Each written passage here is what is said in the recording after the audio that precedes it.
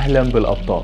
في البدايه كده المقدمه دي هتكون طويله شويه، فلو انت عايز تخش في الفيديو على طول هيظهر لك على الشاشه دلوقتي الدقيقه اللي من خلالها هتقدر تبدا الفيديو على طول. انا عايز اتكلم بقى معاكم شويه بما اننا وصلنا 10,000 اخ واخت على القناه. انا بحب اشكركم في البدايه جدا، لولا دعمكم ما كنتش هوصل للرقم ده ابدا، فربنا يخليكم ويديمكم معايا وبتدعموني دايما، وانا واثق ان احنا هنوصل لاكبر من كده بكتير جدا وان دي مجرد البدايه. طبعا رقم 10,000 بالنسبه ليوتيوبرز كتير بيشتغلوا في المجال ده وعندهم مشتركين بالملايين هو رقم صغير، ولكن ال10,000 شخص اللي معايا بيميزهم حاجه ما بشوفهاش في اي قناه تانية، وهي دعمكم ليا الشديد جدا وحبكم فعلا للمحتوى، واللي بشوفه دايما في كومنتاتكم وكلامكم اللي بستناه زي ما انتوا بتستنوا الحلقة بالظبط. فشكرا ليكم بجد على دعمكم ووقفتكم جنبي طول الفترة دي، وانا واثق ان احنا هنكون اكبر من اي قناة على اليوتيوب، وواثق ان احنا هنوصل لعدد كبير جدا. فبشكر ربنا جدا على نعمة وجودكم وحبكم ليا وللمحتوى، ويلا بينا ما اطولش عليكم اكتر من كده ونخش في موضوع الحلقة على طول. في حي مصر الجديدة بالقاهرة هتقع عينيك اول ما تخش الحي على قصر البارون، وهو عبارة عن تحفة معمارية ضخمة جدا مبنية على الطراز الهندي. ولكن اول ما هتقف قدام قصر البارون هتبدأ تدور في دماغك اسئلة كتير جدا، وهي مثلا مين اللي بنى القصر، او القصر الضخم ده اتبنى ازاي بكل التماثيل اللي فيه والغرف الكتيرة جدا دي، وهل فعلا في القصر ده في غرفة سرية ملعونة، وهل القصر فعلا مسكون بالجن؟ كل ده أسئلة هتدور في بالك وهتبقى عندك فضول تعرفها، وفي الحلقة دي أنا جاي عشان أجاوب لك على كل الأسئلة دي، وهنمسك قصة القصر من البداية لحد نشأة القصر والحكايات المرعبة اللي بتتداول عنه. بتبدأ أسطورة قصر البارون في القرن ال19، تحديدا بعد ما قناة السويس اتعملت بوقت قصير جدا. وصل على القناة سفينة ضخمة جدا وفاخرة جاية من الهند، وعلى رأسها كان في شخص مشهور جدا في الوقت ده اسمه إدوارد إمبان. إدوارد إمبان ده هو اللي جه وأسس قصر البارون عام 1911. ولكن قبل ما نتكلم عن قصر البارون والعجايب اللي بتحصل فيه لازم نمسك الراجل ده كده ونتكلم عنه شوية، لأن الأحداث مرتبطة بقصته ارتباط وثيق، وهو أصلا السبب في كل حاجة حصلت في القصر ده. اتولد إدوارد سنة 1852، واللي اداله لقب البارون ده كان هو ملك فرنسا، وده لأنه كان بيعمل مجهودات عظيمة جدا في المعمار، منها مثلا مترو باريس اللي كان من أعظم المشاريع في الوقت ده. وبناء على ذكائه الشديد جدا وحبه القوي للاقتصاد قرر ان هو يرجع لبلده وعمل شوية مشروعات كده وكلهم نجحوا نجاح باهر. ولكن البارون ما كانتش هوايته المفضلة هي المعمار والاقتصاد بس، كان عنده هواية تانية كده وكان بيعشقها جدا، وهو ان هو كان بيحب يسافر دول كتير جدا. فطلع من بلده بلجيكا على المكسيك، ومن المكسيك للبرازيل، ولف معظم دول العالم تقريبا لحد ما استقر في الهند. ولما وصل الهند شاف حاجة غريبة جدا خلته ان هو يقع في حبها ويعشقها جدا، وبقى الهند هو موطنه المفضل. الهند كان لما الراجل بيموت كانت مراته بتدفن معاه، والحضارة بتاعتهم والديانات اللي فيها شدت البارون جدا جدا، لدرجة ان هو قرر ان هو يستقر في الهند. وفي خلال الفترة اللي قعدها في الهند تعب البارون مرض شديد جدا، وكان خلاص وفاته هتقرب، لحد ما أحد الهنود أنقذه والشعب كله وقف جنبه، بدأوا يقدموا له مساعدات وهم حتى ما يعرفوش من ده.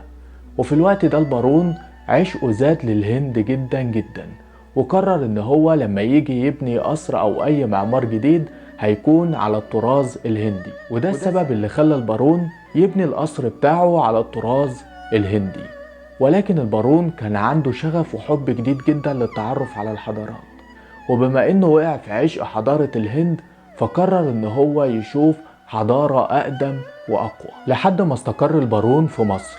واول ما وصل البارون مصر شاف الحضارة الفرعونية القديمة وتأثر بيها جدا، لدرجة ان الراجل وقع في حبها وعشقها اكتر من حبه للهند بمراحل كتير جدا. وفي اللحظة دي قرر البارون ان هو ياخد قرار حاسم في حياته، وهو ان هيقضي كل حياته الباقية في مصر، وده من شدة جنونه بيها. ولأن البارون كان مهندس معماري شاطر جدا قرر ان هو هيبني قصر ملوش مثيل في العالم كله، وعشان كده بدأ يدور على أحلى تصميم ممكن يعمله للقصر بتاعه. وأخيرا وقع على تصميم شد انتباهه جدا، كان له مصمم فرنسي اسمه ألكسندر مارسيل، واشترى التصميم ده وقرر ان هو هيطبقه في مصر. ولكن الغريب في الراجل ده وشخصيته ان البارون لما جه يختار بيته ما اختارش بيته مثلا في احد الاحياء الجميلة زي مدينتي مثلا او احد الاماكن الراقية. البارون اختار بيته في منطقة منعزلة عن العالم، قرر ان هو يشتري 12500 متر في الصحراء، وهناك بنى عليها قصر البارون. وده اختيار غريب جدا، هنفهم ليه دلوقتي. وعام 1911 يعني بالتحديد بعد مرور 5 سنين تم إنشاء مبنى البارون، وكان عبارة عن قصر ضخم جدا والتماثيل بتاعته مزينة بتماثيل من الأفيال المرمرية. وكان القصر عليه برج بيدور دورة كاملة حوالين نفسه كل ساعة، بحيث إن اللي قاعد في القصر بيشوف جميع الاتجاهات وهو قاعد في مكانه كل ساعة. والعجيب بقى في القصر ده إن تصميمه كان عبقري جدا، اتصمم بطريقة تخلي الشمس ما تغيبش عنه أبدا. وفي يوم كان ماشي إدوارد إمبان بجولة بالخيول هو والمصمم المعماري بتاعه أرنست، وقال له إن هو عايز يبني في الصحراء هنا فندق كبير جدا ويسميه فندق هليوبلس. وفعلا بنى الفندق واللي هو حاليا قصر الاتحادية الرئاسي. وعشان يبني الفندق الضخم ده قدم طلب للحكومة المصرية إنها تقدم له تسهيلات عشان يقدر يبني على المساحة دي كلها. وفعلا الحكومة المصرية وافقت على طلبه وبعت له فدان الأرض بجنيه واحد. وفي الوقت ده بقى بدأ البارون يتوسع ويعمل مشروعات كبيرة جدا، يعني عمل شركة للكهرباء وشركة للمية، ده غير ان هو عمل مترو يوصل بين الأماكن دي كلها، وعمل مشاريع ضخمة في مصر. يعني نقدر نقول كده ان البارون هو أول شخص أطلق على حي مصر الجديدة اسم هليوبلس، وتعني مدينة الشمس. المهم نرجع للقصر مرة تانية. البارون لما بنى القصر ده بناه عشان يقعد فيه هو وأسرته وأولاده. وكان القصر ده بيتكون من جزئين، الجزء الأول وهو القصر، والجزء الثاني وكانت حديقة واسعة وكبيرة جدا قدام القصر، وكان فيها نباتات نادرة جدا اللي كان البارون بيجمعها من جميع أنحاء العالم. وبالرغم من إن القصر ده اتبنى على مساحة كبيرة جدا، إلا إن مساحته من جوه ما كانتش بالحجم اللي أنت بتتخيله.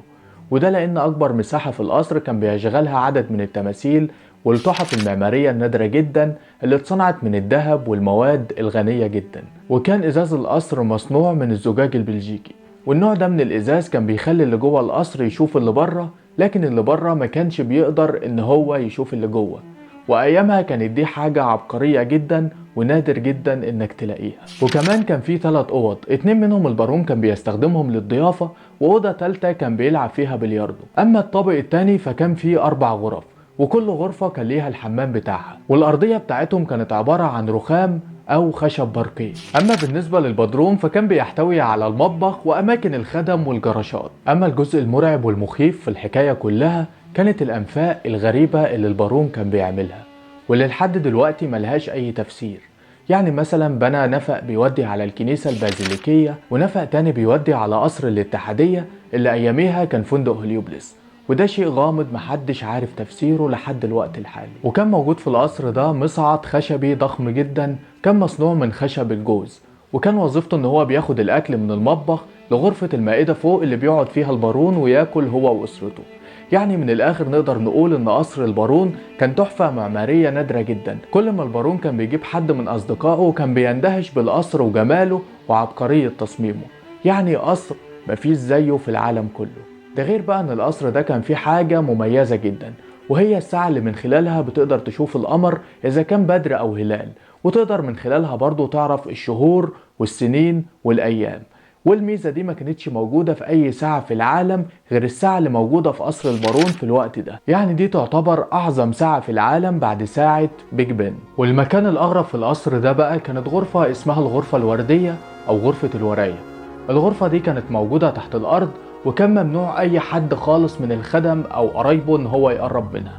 كان البارون بيقضي وقت طويل جدا في الغرفة دي بدون ما اي حد يعرف عنه اي حاجة. وليه الغرفة دي بالذات وليه منع حد من القرايب او من الخدم ان هو يقرب منها؟ سبب مجهول وغامض محدش يعرفه لحد دلوقتي. وقصر بالضخامة والفخامة دي موجود في مصر، من الطبيعي طبعا ان هو يتعمل له احتفال كبير جدا او زي ما بنقول حفل افتتاح. وفعلا البارون عمل حفل افتتاح للقصر بتاعه، وكان من أكبر الحفلات اللي اتعملت على مستوى العالم في الوقت ده. حضر الحفل مجموعة من الملوك والأمراء، واللي كان على رأسهم السلطان حسين كامل. ومن شدة جمال القصر والتحف المعمارية الموجودة فيه والتصميم العبقري اللي اتصمم بيه، خلى السلطان حسين كامل يشعر بالغيرة جدا جدا من القصر ده، وقرر ان هو ياخده من البارون بأي تمن. وفعلا بدأ ينفذ في خطته ويبعت مراسيل كتير للبارون ان هو يبيع له القصر، ولكن في كل مرة البارون كان بيرفض. وبعد ضغط كبير جدا من السلطان حسين كامل على البارون ان هو يشتري منه القصر، زهق منه البارون وقرر ان هو يسيب له البلد كلها ويطفش، وخد زوجته واولاده وابنائه ورجع لبلده. وبعد فترة لما توفى السلطان حسين كامل، رجع البارون تاني للقصر هو واولاده وكمل فيه بقية حياته. ولكن لما رجع البارون اتفاجئ بوجود صديق ليه فرنسي قديم جدا كان موجود في فرنسا اسمه الدوك ماريبي، وكان عنده بنته سيلفيا اللي كانت صاحبة آن بنت البارون. وأول ما شافهم طبعا كانت صدفة حلوة جدا، فبدأوا إن هما يتجمعوا في قصر البارون في أوقات كتيرة جدا، ودايما بنته كانت بتيجي معاه وتقعد هي وآن في القصر. فكانت بتاخدها آن من ورا باباها للغرفة السرية اللي كان منع أي حد إن هو يقرب منها، وكانوا هناك بيقعدوا مع بعض الوقت طويل جدا. ولكن سيلفيا ما كانتش بنت عادية خالص، كانت بنت عندها طقوس غريبة وبتؤمن بمعتقدات غريبة ومرعبة، فبدأت إن هي تجر آن معاها للطريق واحدة واحدة. كانت سيلفيا من عبدة الشيطان، فكانوا بينزلوا للغرفة السرية من ورا والدهم وبيبدأوا يعملوا طقوس غريبة جدا. يعني مثلا في مرة أهدتها لوحة وهي ما تعرفش هي ايه. اللوحة دي كانت عبارة عن صليب مرسوم باللون الأحمر ومقلوب. خدتها البنت وعلقتها في الأوضة بتاعتها، وتاني مرة جت برضه ودخلوا الغرفة السرية دي وبدأوا يعملوا طقوس غريبة، زي مثلا إنها بدأت تجيب لها كتب سماوية وتخليها تهنها أو تمشي عليها برجليها، أو بدأت تخليها تقول الكتب السماوية دي وتقرأها بالمقلوب. بدأوا يمارسوا كل الطقوس الشيطانية، وطبعا آن ما كانتش عارفة هي بتعمل ايه في الوقت ده، ولكنها كانت مستمتعة بالموضوع وبتجرب معاهم، لحد ما جابت صديقة تالتة ليها وبدأوا يمارسوا الطقوس بشكل يومي ومستمر في الغرفة دي. ولكن ما اكتفوش بس بممارسة الطقوس دي، ده كمان مارسوا المثلية الجنسية. بدأوا يمارسوا الجنس الجماعي في الغرفة اللي كانوا قاعدين فيها لفترة طويلة جدا. ومع الطقوس والأعمال الغريبة اللي كانوا بيعملوها، حلت اللعنة على القصر بالكامل، وحضر عدد كبير جدا من الشياطين وسكنوا القصر ده. بداية اللعنة كانت مع أمها زوجة البارون، واللي كانت وهي طالعة المصعد الخشب اللي اتكلمنا عنه اتحشرت في المصعد واتقسمت لنصين. ولكن ناس كتير قالت ان الحادث ده كان مدبر، لان البارون كان بيكره زوجته جدا وخدها ودفنها حتى في وسط الصحراء، ما دفنهاش في المقابر المخصصة للعائلة. وفي يوم البارون قاعد على البرج بتاع القصر وقاعد مندمج معاه، سمع صوت اخته وهي بتصرخ، ولكنه تجاهل صوتها لفترة كده لحد ما بطلت ان هي تصرخ، فجري البارون جري عشان يشوف ايه اللي حصل. وهنا لقى اخته واقعة من البلكونة وتوفى. ولكن الغريب جدا ان البرج ده لحد اليوم اللي احنا فيه بطل ان هو يلف حوالين القصر، يعني عطل تماما. وفي ناس فسرت الموضوع ده تفسيرات كتير جدا، من اهمهم ان هم قالوا ان البارون لما اخته توفت بدأ ان هو يحضر روحها عشان يعتذر لها، ولما حضر روحها اخته رفضت الاعتذار وقررت ان هي تنتقم منه هو وكل اللي في البيت. اللعنة ما رحمتش اي حد، حتى الخدم اللي كانوا في القصر بدأوا يموتوا واحدة ورا التانية بطريقة غريبة، وعلى رأسهم رئيسة الخدم اللي ماتت في الأسانسير أو في المصعد، واللي راسها اتحشرت في الأسانسير وطلع جسمها بس لحد مائدة الطعام بدون رأسها، ودي كانت أغرب حالة فيهم.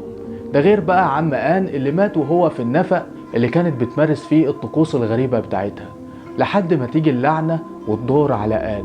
آن جالها حالة من الجنون، وكل يوم كانت بتحاول ان هي تنتحر، ده غير تصرفاتها الغريبة جدا اللي ما كانتش مفهومة ولا مفسرة.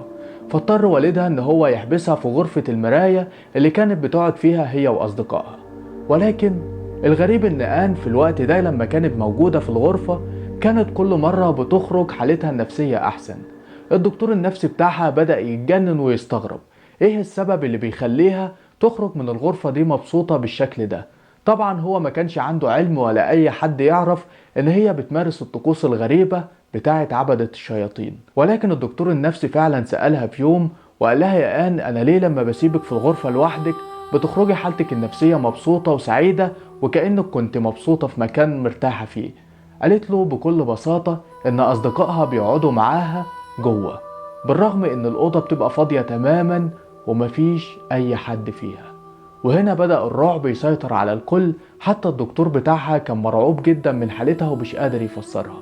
كل يوم آن كانت بتطلع من الغرفة تحاول الانتحار، ورغبتها في الموت بتزيد عن اليوم اللي قبله، ولكنها غالبا كانت بتفشل لأن الخدم بيشوفوها أو والدها أو أي حد بيشوفها وينقذ حياتها. لحد ما آن وصلت لعمر 19 سنة وجه اليوم المشؤوم. قدرت آن إنها تنط من بلكونة الغرفة، وفعلا توفت آن. لما فقد البارون كل أسرته بالكامل جاله حالة من الهلع والجنون، بدأ يخش في مشاكل نفسية حتى، وحالته بقت صعبة جدا، وكان بيترمى على الأرض بالساعات، والكلب بتاعه واقف جنبه وهو مغمى عليه على الأرض بدون ما أي حد يقرب له. ولكن الغريبة إن البارون كان هو اللي محذر الخدم بتوعه إن مهما حصل له محدش يقرب منه ولا يلمسه. والسبب إيه؟ برضه محدش يعرف، لأن شخصية البارون كانت قوية جدا، وكان شخص غامض ومخيف، محدش فعلا من الخدم كان بيقرب منه. يعني لو فضل مرمي على الأرض ساعات كتير جدا كانوا بيسيبوه مكانه زي ما هو، لحد ما زهق البارون من الوضع وقرر إن هو هيروح يتعالج في بلجيكا. وفعلا راح بلجيكا، ولكنه للأسف توفى هناك سنة 1929. وزي ما البارون كان كاتب في وصيته إن هو لو توفى في أي مكان خارج مصر يرجع ويتدفن في مصر، وفعلا اتدفن البارون في مصر زي ما كان كاتب في الوصية بتاعته. والقبر بتاعه موجود لحد دلوقتي في مصر الجديدة تحت كنيسة البازاليك. وبعد موت البارون اتحول القصر لمكان مرعب جدا.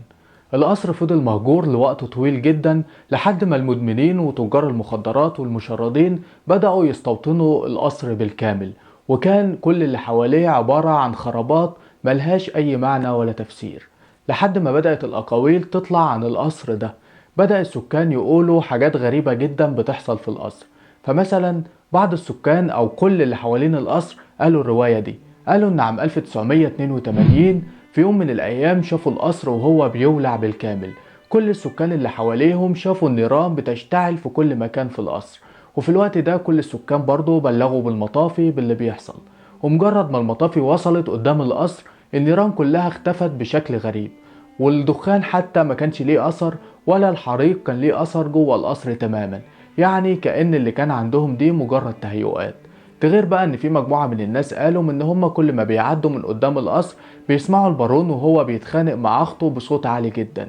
وناس تانية برضو قالت ان القصر مسكون والاشباح اللي فيه بتظهر بالليل، زي ما قال بواب احد العمارات اللي جنب القصر ان القصر مسكون بالاشباح ومستحيل اي حد يخشه بالليل، ولو حد دخله بالليل بيحصل له كارثة او بيطلع منه ميت او بتحصل اي حاجة مش طبيعية. وفي تفسيرات كتير جدا طلعت عن اللي بيحصل في القصر ده، منها مثلا ان البارون قتل الكسندر مارسيل مصمم القصر عشان ما يعملش اي تصميم مشابه للقصر بتاعه، وعشان شخصية البارون كانت مغرورة جدا وكان عايز القصر بتاعه يكون احسن قصر في العالم. ناس تانية برضو قالت ان البارون حلت عليه اللعنة بسبب اخته اللي فضلت تستنجد بيه وهي بتقع من الشرفة او البلكونة، ولكنه تجاهلها تماما بالرغم من انه هو كان يقدر يساعدها، ولكنه عمل نفسه بالسماعة لحد ما ماتت، ودي روحها وجت عشان تنتقم منه. ده غير بقى ان في مجموعة من الناس بتقول ان البارون قتل مراته بالقصد وهي في الاسانسير وخدها ودفنها بره في الصحراء لانه كان بيكرهها، ودي روحها برضه وجت عشان تنتقم، او ان كل الارواح دي اتجمعت مع بعض وقررت ان هي تنتقم من البارون وكل اللي في القصر. والمرعب جدا بقى والمثير للفضول فعلا ان السكان اللي حوالين القصر بيقولوا انهم بيسمعوا في شهر مارس موسيقى عبدة الشيطان خارجة من القصر، وده في نفس الشهر او في نفس اليوم بالتحديد اللي آن ماتت فيه. ومن اغرب الحاجات اللي حصلت في وقت قريب جدا عام 1997 مجموعة من الشباب دخلوا للقصر وقرروا ان هم يشغلوا موسيقى البلاك ميتال اللي هي الموسيقى المخصصة لعبدة الشيطان، وبدأوا يمارسوا طقوس غريبة، والاهالي بدأت تبلغ عنهم، وفعلا الشرطة جت وقبضت عليهم في الوقت ده. ولما وصلت الشرطة لقاهم موجودين في غرفة المراية وملطخين الغرفة بالكامل بالدم، والدم ده كان عبارة عن قطط متشرحة وكلاب، والدم بتاعها منتشر في كل مكان. والقضية دي اتشهرت جدا في الوقت ده لدرجة ان هي اصبحت قضية رأي عام. ومن هنا بدأوا يدوروا على حل ويفكروا ازاي يمنعوا الناس والمشردين من الوجود في القصر ده، خصوصا ان القصر ده مازال تابع لأسرة البارون مش للدولة المصرية. وهنا جه قرار ان القصر خلاص هيتم الاشراف عليه من هيئة الآثار المصرية، وبقى تحت إشرافهم ومملوك فعلا للدولة المصرية. وتم تعويض أسرة البارون عن الموضوع ده بقطعة أرض في مصر الجديدة، تعويضا عن إن هم ياخدوا منهم قصر البارون. وبعد ما بقى خاضع للحكومة المصرية بسنتين بس، تم ترميمه بالكامل وبدأ القصر يبقى جديد وكأنه لسه مبني النهاردة.